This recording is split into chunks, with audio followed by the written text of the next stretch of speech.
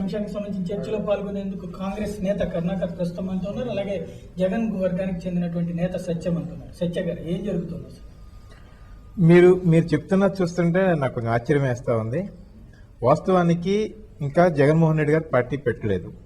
కాంగ్రెస్ పార్టీకి ఇబ్బంది కల్పించే ప్రయత్నాలు ఏమీ మేము చేయట్లేదు. మాకు జలకిస్తారని, మాతో నడుస్తున్నటువంటి ఎమ్మెల్యేలని సస్పెండ్ చేస్తారని కథనాలను చూసి ఆశ్చర్యపోతా ఉన్నాం. ఎందుకంటే మేము ఎట్లా యాక్షన్కి వచ్చే పరిస్థితి లేదు. కనీసం కాంగ్రెస్ పార్టీ అయినా యాక్షన్ దిగితే రియాక్షన్ అనేది కంపల్సరీగా ఉంటుంది. ఎందుకంటే మా నాయకులు ఒక మాట చెప్పారు, ఈ ప్రభుత్వాన్ని పడగొట్టే ఉద్దేశం తనకు లేదు అని చెప్పేసి. ఎవరు అవునన్నా కాదన్నా, ఎవరు ఒప్పుకున్నా ఒప్పుకోకపోయినా బలం లేదని ఆ మాట అంటున్నారా, లేకపోతే పడగొట్టే బలం ఉందని నిరూపించాలంటే కనీసం మీ వెంట వచ్చేటువంటి ఎమ్మెల్యేల సంఖ్యను పెంచి చూపించాలి. కానీ నానాటికి తగ్గిపోతుంది. మీతో పాటు ఉన్నటువంటి నేతలు ఈ రోజున వెళ్లి సోనియాని కలుసుకోగలుగుతున్నారంటే ఏమనుకోవాలి? తప్పులేదండి. ఇప్పుడు ఈ రోజున వాళ్ళు కాంగ్రెస్ పార్టీ మ్యాండేట్ మీద గెలిచారు. కాంగ్రెస్ అధిష్టానం కలిస్తే తప్పే ఉంది. వాళ్ళ బాధలు వాళ్ళ జిల్లాలో సురేఖ లాంటి వాళ్ళు ఈ రోజున అదే కాంగ్రెస్ అధినేత్రికి నేరుగా లేఖలు సంధిస్తున్నటువంటి పరిస్థితి ఉంది. తప్పుంది. వాళ్ళ బాధల్ని వాళ్ళు లేఖ ద్వారా తెలుసుకున్నారు. అపాయింట్మెంట్ ఇవ్వట్లేదు కాబట్టి, వాళ్ళకి అపాయింట్మెంట్ ఇచ్చారు కాబట్టి వాళ్ళు నేరుగా చెప్పబోతున్నారు. వాళ్ళ జిల్లాలో సమస్యల్ని అపాయింట్మెంట్ కి ఎవరికైతే ఇచ్చిందో అధిష్టానం, వాళ్ళు అక్కడ పడుతున్నటువంటి సమస్యల్ని వాళ్ళు నేరుగా చెప్తారు.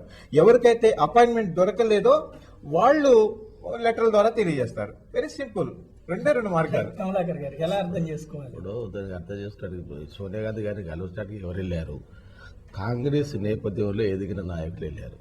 ఇప్పుడు ఎన్ఎస్యుఐ నుండి యూత్ కాంగ్రెస్లో పనిచేసేసి కాంగ్రెస్లో మమేకమైన వాళ్ళు కొన్ని రకరకాల కారణాల వల్ల, పర్సనాలిటీ క్లాషెస్ వల్ల, లేదా రాజశేఖర రెడ్డి గారి అభిమానం వల్ల యువకుడితోటి కొంతమంది వెళ్ళే ప్రయత్నం చేశారు. ఆయనతో వెళ్ళే ప్రయత్నం చేసిన దానిలో కూడా మెజార్టీ ఎవరంటే కాంగ్రెస్ సంస్కృతితోటి ఎలాంటి సంబంధం లేకుండా రాజశేఖర రెడ్డి గారు ఆయన ఆధిపత్యం నడిచినప్పుడు గెలుపు గుర్రాలని ఎలక్షన్ ముందు కాంగ్రెస్ వాళ్ళు గెలిపించేసి వాళ్ళకి టికెట్ ఇప్పించేసేసి వాళ్ళకి డబ్బులు ఇప్పించేసి గెలిపించిన సందర్భంలో వాళ్ళు రాజశేఖర రెడ్డి అభిమానులు, కాంగ్రెస్ పార్టీతో సంబంధం లేవాళ్ళు. కానీ కాంగ్రెస్ పార్టీతో మమేకమై ఇదివరకు రెండవసారి ఎమ్మెల్యే అయిన వాళ్ళు, మూడవసారి అయిన వాళ్ళు ఉన్నారు కదా, వాళ్ళు తప్పకుండా కాంగ్రెస్ సంస్కృతిలో పెరిగిన వాళ్ళు కాంగ్రెస్ మళ్ళీ వాపసు వస్తారు. వాళ్ళు జగన్తో ఎలాంటి పరిస్థితుల్లో పోరు. వెళ్ళినా కానీ క్షణిక ఉద్రేకంతో అక్కడ ఉన్న గ్రూప్ రాజకీయాలతో, పెద్దిరెడ్డి రామచంద్రారెడ్డి ఉన్నారనుకోండి, ఆయన గ్రూప్ రాజకీయాలతో, అక్కడ ఉన్న రాజకీయాలు, చిత్తూరు రాజకీయాలతో వెళ్ళాడు. ఇప్పుడు ఢిల్లీ వెళ్ళాడు, సీనియర్ నేత కదా, తప్పకుండా అపాయింట్మెంట్ ఎందుకు మేము మా వాళ్ళని ఎప్పుడే ఇది కొత్త వాళ్ళు వచ్చారనుకోండి, సురేఖ వెళ్ళినటువంటి సురేఖకి ఎవరిస్తారు అపాయింట్మెంట్? ఇక జూనియర్స్ ఎంతో మంది ఉన్నారు, పెళ్లి చూసుకోవడం ఎందుకు, వాళ్ళకి ఎవరిస్తారు అపాయింట్మెంట్? సీనియర్లు ఇదివరకు కాంగ్రెస్ పార్టీలో ఇదివరకు ఉన్న వాళ్ళు, కాంగ్రెస్ పార్టీ నేపథ్యం ఉన్న వాళ్ళు ఎవరికైనా కానీ కాంగ్రెస్ తప్పులైనా క్షమించేసేసి మళ్ళీ వాళ్ళకి సరైన స్థానం ఇచ్చే పార్టీ క్రమశిక్షణ ఉల్లంఘించినట్లు కదా వెళ్తున్నటువంటి నాయకులు. ఇప్పుడు అదే మీరు చెప్పినటువంటి కాంగ్రెస్ లో ఉండటమే క్రైటీరియాగా తీసుకుంటే ఒక సబ్బం హరి ఉన్నారు, చాలా కాలం నుండి కాంగ్రెస్ లో ఉన్నటువంటి వ్యక్తి, మేయర్ గా పనిచేసినటువంటి వ్యక్తి, విశాఖపట్నం కేంద్రంగా ఆయన కూడా పోతాడంటే నాకు అనుమానం. తప్పకుండా సబ్బం హరి కూడా కాంగ్రెస్ లోనే ఉంటాడు.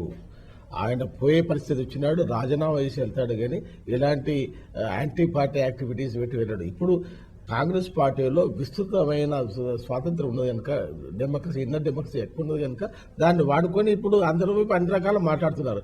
కానీ ఎప్పుడైతే ఒక లక్ష్మణ రేఖ వస్తుందో అక్కడ నుండి ముందుకు వెళ్ళలేరు. సబ్బం హరి కానీ, పెద్దిరెడ్డి రామచంద్రారెడ్డి కానీ. ఒకవేళ వెళ్ళినా కానీ ఎటువంటి పరిస్థితుల్లో వెళ్తారంటే వాళ్ళు రాజీనామా చేసి వెళ్ళాలి, ఆ విధంగా వెళ్తారు. కానీ వెళ్ళే పరిస్థితి లేదు. జగన్ వెంట మొన్నటి వరకు తిరిగినటువంటి ఎమ్మెల్యేలు 28 మంది దాకా కనబడితే 28 మందిలో ఒక ఇద్దరు టీఆర్ఎస్ సంబంధించి, టీఆర్పీకి సంబంధించినటువంటి వాళ్ళు, ఒక ఇద్దరు ఆల్రెడీ టీఆర్ఎస్ వైపుకి వెళ్తున్నటువంటి మిగతా పార్టీలకు చెందినటువంటి. ఇప్పుడు ఆయనతో వెళ్ళే వాళ్ళు రకరకాల నేపథ్యంతో వెళ్ళారు. ఫర్ ఎగ్జాంపుల్ పిఆర్పీ తీసుకున్నారు. పిఆర్పీలోని తెలంగాణకు సంబంధించిన ఇద్దరు నాయకులు తెలంగాణకు ఆయన వ్యతిరేకం అంటున్నాడు కాబట్టి జగన్ ఇంకా తెలంగాణ స్కోప్ ఉన్నది కాబట్టి జగన్ ఎప్పుడు వెళ్ళారు. ఇప్పుడు ఎప్పుడైతే కాంగ్రెస్ ఆయన చేరి కాంగ్రెస్ ఏ నిర్ణయం తీసుకుంటే అని అన్నాడో చిరంజీవి, వాళ్ళు కూడా ఇద్దరు తెలంగాణ ఎమ్మెల్యేలు కూడా పీఆర్పీ వాళ్ళు జగన్ విడిచిపెట్టేసి కాంగ్రెస్కి వచ్చారు. ఇక మిగతా ఇద్దరు ఎవరు? కాంగ్రెస్కి యాంటీ ఉన్న తెలుగుదేశం నుంచి వెళ్ళి ఆయనతో తిరిగిన పీఆర్పీకి వెళ్ళే వాళ్ళు ఎట్లయినా కాంగ్రెస్కి రారు. వాళ్ళు వచ్చినా మేము తీసుకోము. మిగతా ఉన్న వాళ్ళు ఎవరు? అది ప్రశ్న.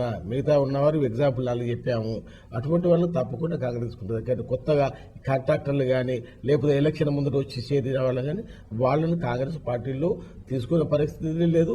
వాళ్ళని తప్పకుండా ఒక హద్దు వరకు ఉంచుతాము. హద్దు దాటిన తర్వాత వీటి తప్పకుండా ప్రభుత్వం జగన్ దయాదాక్షిణ్యాల మీద బతికేటువంటి పరిస్థితి ఉందని ఇప్పటికీ మీరు నమ్ముతున్నారు? అసలు లేదు. అది ఒకటి ఏంటంటే ఆ విధంగా ఆలోచించడం ఆయన అనుభవ రాహిత్యానికి పరాకాష్ట. యువకుడు, ఆ రాజకీయ అనుభవం లేనివాడు. 24 మంది ఎమ్మెల్యేలు అక్కడ ఢిల్లీకి రమ్మంటే ఎందుకో వచ్చారు వాళ్ళు. ఆ విధంగా జగన్ ఆ విధంగా ఆ రోజు అక్కడ ఢిల్లీలో మాట్లాడతారని తెలిసినట్టుంటే వీళ్ళు 24 మంది కాదు 10 మంది కూడా వెళ్ళేవారు కాదు. వీళ్ళందరినీ చూసుకొని అక్కడికి వెళ్ళిన సంఘటన ఒకటి, ఈయన మాట్లాడేది ఒకటి. అక్కడ ఎదిరిచ్చాడు, అధిష్టానం ఎదిరిచ్చాడు, నా దయాదాఖ్యాలతో గవర్నమెంట్ ఉన్నది అన్నట్టు మాట్లాడాడు. రాగానే అది ఎక్కడో అక్కడ వెళ్ళిపోయారు కదా. ఇప్పుడు ఆ పరిస్థితి ఉంటుంది. ఎందుకంటే ఎమ్మెల్యేలు ఎందుకు వెళ్తున్నారు, రకరకాల కారణాలతో. కానీ కాంగ్రెస్ గవర్నమెంట్ పడగొట్టడానికి వెళ్ళేవాళ్ళు చాలా తక్కువ. తర్వాత ఏంటి, అక్కడ గ్రూప్ రాజకీయాలతోటి ఒకసారి బెదిరిస్తాం, మమ్మల్ని బుజ్జగించే వాళ్ళు ఉన్నారా లేదా. కాంగ్రెస్ పార్టీలో కదా, ఏ పార్టీలో అయినా కానీ ఒకవైపు అసంతృష్టి తెలిపే ఒక ప్రక్రియలో భాగంగా కొంతమంది వెళ్ళారు. వాళ్ళు తప్పకుండా కాంగ్రెస్కి వస్తారు. కాంగ్రెస్ నేరుగా ఇంటర్ఫీర్ అయ్యి నన్ను దెబ్బతీయాలని చూస్తుంది అన్నది మొదటి నుండి జగన్ ఆరోపణ, లేకపోతే జగన్ వర్గానికి చెందినటువంటి నేతల ఆరోపణ.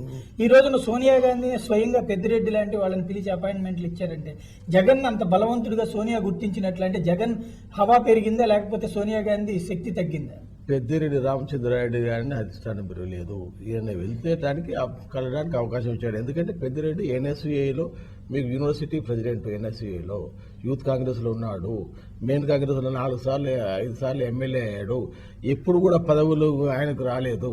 ఎప్పుడు కూడా కాంగ్రెస్ పార్టీలో ముఖ్యమంత్రులకు వ్యతిరేకంగా ఉన్నా కానీ, ఇప్పుడే కాదు ముఖ్యమంత్రులకు ప్రతిసారి ఆయన వ్యతిరేకం. కానీ అధిష్టానం ఆయనకు ఎప్పుడు టికెట్ ఇచ్చింది, గెలిచే ప్రక్రియలో కూడా ఆయన ముందుకు వచ్చాడు. సాయి గారు వచ్చాడు. ఈ రామచంద్ర రెడ్డి గారి గురించి ఎలా చెప్తున్నారంటే పూర్తిగానే రామచంద్ర రెడ్డి గారి గురించి అలాంటి వాళ్ళు తప్పకుండా కాంగ్రెస్ ఎక్కడ ఓటుకుంటుందండి. వాళ్ళు మా ఫ్యామిలీ మెంబర్స్. ఎస్, మీ ఫ్యామిలీ మెంబర్స్ మీరు గుండెల్లో పెట్టుకోండి, నో ప్రాబ్లం. కానీ మీరు చెప్తా ఉన్నారే పెద్దిరెడ్డి రామచంద్రరావు గారికి పెద్దిరెడ్డి రామచంద్రారెడ్డి గారికి అపాయింట్మెంట్ మేడం ఇవ్వలేదు, వీళ్ళందరికీ వీళ్ళు వచ్చారు, ఇంకా ఇచ్చారు లేదని చెప్తున్నారు కదా. లేకపోతే ఇచ్చారు. నేనేమంటానంటే మంత్రులకి లేని అపాయింట్మెంట్, సిడబ్ల్యూసి మెంబర్కి లేని అపాయింట్మెంట్ పెద్దిరెడ్డి రామచంద్రారెడ్డి గారికి ఇచ్చారు అంటే మీరు జగన్ వర్గానికి ఇస్తున్నటువంటి ఇంపార్టెన్స్ ఎంత, ఇంపార్టెన్స్ అన్నారు. వాళ్ళు దాన్ని ఎలా క్యాల్కులేట్ చేసుకున్నా పర్లేదు. కానీ జగన్ వర్గానికి అయితే జగన్ చూసి భయపడి జగన్ వెనకాల ఉన్నటువంటి నాయకుల్ని పిలవడం కోసం అపాయింట్మెంట్ ఇస్తున్నారు. ఆల్రెడీ వీళ్ళు యువనేత చేసేసాడండి. వీళ్ళ యువనేత ఆల్రెడీ జగన్ గారిని ఫాలో అవుతున్నటువంటి యంగ్ ఎమ్మెల్యేస్ ని పిలిపించుకుని నయానా భయానా చేతులు పట్టుకుని అన్ని కార్యక్రమాలు చేయడం జరిగింది. అందులో సగం మంది వాస్తవానికి వెళ్ళటం కూడా జరిగింది. కానీ ఈ రోజున ఎవరైతే ఉన్నారో వాళ్ళు కేవలం కాంగ్రెస్ పార్టీతో సంబంధం లేదు, కొత్తగా ఎన్నికయ్యి రాజశేఖర రెడ్డి గారి అభిమానులు అని చెప్తే మాత్రం రాంగ్ అండి. ఎందుకంటే బోస్ గారు ఎన్ని సంవత్సరాలు కాంగ్రెస్ పార్టీకి సేవ చేశారు, బూచేపల్లి కుటుంబం ఎన్ని సంవత్సరాలు కాంగ్రెస్ పార్టీకి సేవ చేశారు. ఎందుకంటే ఒక్కటి కాదండి, ఈ రోజున ఎవరైతే కాంగ్రెస్ పార్టీ విధానాలని వ్యతిరేకిస్తున్నారో, కాంగ్రెస్ పార్టీ ప్రజలకు వ్యతిరేకంగా చేస్తున్న కార్యక్రమాలను వాళ్ళు వ్యతిరేకిస్తున్నారు. అన్ని ప్లాట్ఫామ్ మీద కూడా కాంగ్రెస్ పార్టీని తిట్టగా తిడుతూ ఉన్నారు. మీరేం చెప్తా ఉన్నారంటే ఈ రోజుకి కూడా వాళ్ళు మా వాళ్లే, వాళ్ళు మా దగ్గరకు వచ్చేస్తారు. మరి ఈ రోజు ఓదార్పు యాత్రలో పాల్గొంటేనే ఓ అంబటని, ఓ కోటంరెడ్డి శ్రీధర్ రెడ్డిని, గోపాల్ రెడ్డి గారిని సస్పెండ్ చేయగలిగిన క్యాపబిలిటీ ఉన్న కాంగ్రెస్ పార్టీ ఈ రోజున ఢిల్లీ వెళ్లి మీ అధిష్టానం మీ అమ్మ సోనియా ఇంటి ముందు తొడగొడితే ఆ ఎమ్మెల్యేలు వాళ్ళకి తెలియక జగన్ గారి వెంటబడి వచ్చారు. జగన్ గారు ఇలా మాట్లాడతారు తెలిస్తే అసలు రారు అని మీరు చెప్తా ఉన్నారు. కానీ వాళ్లే చాలా స్పష్టంగా సోనియా గాంధీ గారు తిడితే ఇంతవరకు మీరు ఏమీ మాట్లాడలేకపోయారు.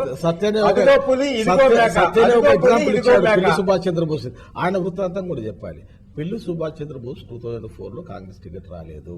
కాంగ్రెస్ టికెట్ రావాలని రాజశేఖర రెడ్డి గారు శత విధాలా ప్రయత్నం చేశారు. ఆయన అభిమాని రాలేదు. రాకుంటే ఏం చేశాడైనా కాంగ్రెస్ పార్టీకి వ్యతిరేకంగా ఇండిపెండెంట్గా రాజశేఖర రెడ్డి గారి పొత్తులతో గెలిచి రాజశేఖర రెడ్డి సహాయ సహకారంతో ఇండిపెండెంట్గా గెలిచిన వాడిని కాంగ్రెస్ తీసుకొని ఆయన బలమైన తర్వాత ఒక మంత్రి పదవి ఇచ్చాడు.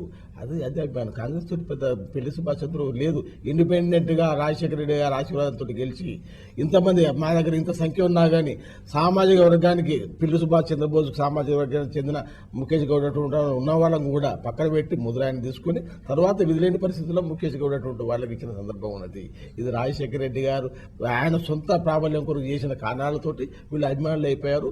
అందుకొరకే కాంగ్రెస్ లో ఉండడానికి వాళ్ళు ఇష్టపడకుండా జగన్ తోటి వెళ్ళడానికి ప్రయత్నం చేస్తారు. ఇప్పుడు వాళ్ళందరూ అలాంటి కారణాలు అటువంటి వాళ్ళే. ఇంకో కాంగ్రెస్ పార్టీ సిద్ధాంతాలు వంట ఇక్కడ కమలాకర్ గారు చెప్తున్నది కానీ లేకపోతే కాంగ్రెస్ లో ఉన్నటువంటి ఇతర నేతలందరూ కూడా చెప్తుంది, కాంగ్రెస్ అనేటువంటి శక్తి అలాగే ఉండిపోయింది. కాంగ్రెస్ లోకి వచ్చినటువంటి వైఎస్ శక్తి ఏదైతే ఉందో ఆ శక్తి బయటకు వెళ్తుంది, జగన్ వెంట తిరుగుతుంది. వాళ్ళు కాంగ్రెస్ తో సంబంధం లేనప్పుడు కాంగ్రెస్ బలం ఎక్కడ తగ్గింది? తగ్గుతున్నదైతే జగన్ వెంట తిరుగుతున్నటువంటి కాంగ్రెస్ నేతలు మళ్ళీ తిరిగి వస్తున్నారంటే జగన్ బలం తగ్గుతోంది, కాంగ్రెస్ బలం పెరుగుతోంది. చిరంజీవి రావడం వల్ల కొంత బలం పెరిగితే ఈ రోజున ఇలాంటి నేతలందరూ మళ్ళీ వెనక్కి రావడం వల్ల బలం పెరుగుతుంది. అదే సమయంలో జగన్ వెంట క్రమక్రమంగా తగ్గిపోతున్నాడు.